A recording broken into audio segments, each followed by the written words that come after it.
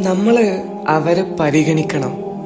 ചിരിക്കാൻ പോലും മറന്ന മുഖങ്ങൾ, കരയാൻ പോലും ആരുമില്ലാത്ത കണ്ണുകൾ, ഞാനിവിടെ ഉണ്ടേ എന്ന് ആരോടും പറയാൻ കഴിയാത്ത മനുഷ്യർ, എന്തോ പലപ്പോഴും പ്രിയപ്പെട്ടവർക്ക് നൽകപ്പെടുന്ന സ്നേഹം പോലും തിരിച്ചു കിട്ടാത്തവർ.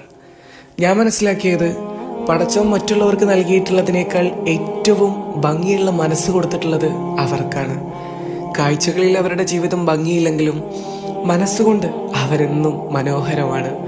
അവരെ കേട്ടിരിക്കണം. കാരണം പടച്ചവൻ കാണുന്നത് മുഖങ്ങളുടെ ഭംഗിയല്ല, ഹൃദയങ്ങളുടെ അവസ്ഥയാണ്. നിശബ്ദമായി വേദനിക്കുന്നവർ, സഹായം ചോദിക്കാൻ പോലും ലജ്ജിക്കുന്നവർ, ദുആ പോലും കണ്ണീരായി മാത്രം ഉയർത്തുന്ന മനുഷ്യർ, അവരാണ് പടച്ചവൻക്ക് ഏറ്റവും പ്രിയപ്പെട്ടവർ. അവരെ പരിഗണിക്കണം, കേട്ടിരിക്കണം. ഒരിക്കൽ നബി തങ്ങൾ പറഞ്ഞിട്ടുണ്ട്, മനുഷ്യരിലെ പടച്ചവൻക്ക് ഏറ്റവും പ്രിയപ്പെട്ടവർ മറ്റുള്ളവർക്ക് ഉപകാരപ്പെടുന്നവരാണ്. വലിയ ദാനങ്ങളൊന്നും വേണ്ട, ഒരുപാട് സമയം ചെലവഴിക്കേണ്ട, ഒരു പുഞ്ചിരി മതി, ഒരു സലാം മതി, ഒരു ദുആ മതി. അവർ ഒറ്റയ്ക്കല്ല എന്ന തോന്നൽ മതി. സോ ആരും പരിഗണിക്കാത്തവരെ നമ്മൾ പരിഗണിക്കണം. അവരുടെ കണ്ണീരിൽ ഒളിഞ്ഞിരിക്കുന്നത് നമ്മുടെ രക്ഷയാണ്. അവരുടെ ദുആകളിൽ ഒളിഞ്ഞിരിക്കുന്നത് നമ്മുടെ വിജയമാണ്.